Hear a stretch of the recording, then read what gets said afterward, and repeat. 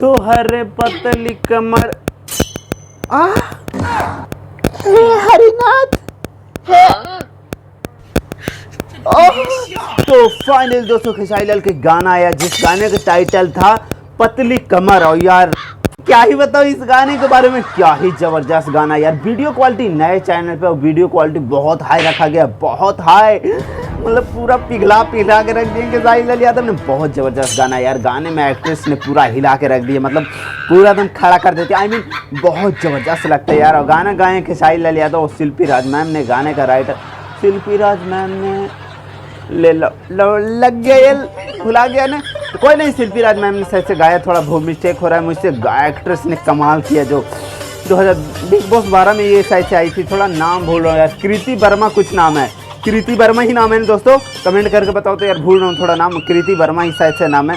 वो गाना बहुत ज़बरदस्त है यार। नए चैनल पे आए तुम लोग, प्यार आशीर्वादी चैनल पे गाना के सपोर्ट तुम लोग कम कर रहे हो, थोड़ा करो यार, दबा के करो, दबा के शेयर करो और लाइक करो और फॉलो, मतलब सुनो, लाइक करो, शेयर करो यार। तुम लोग क्या कर रहे हो यार? जाओ गाने का प्यार आशीर्वाद दो और सपोर्ट करो।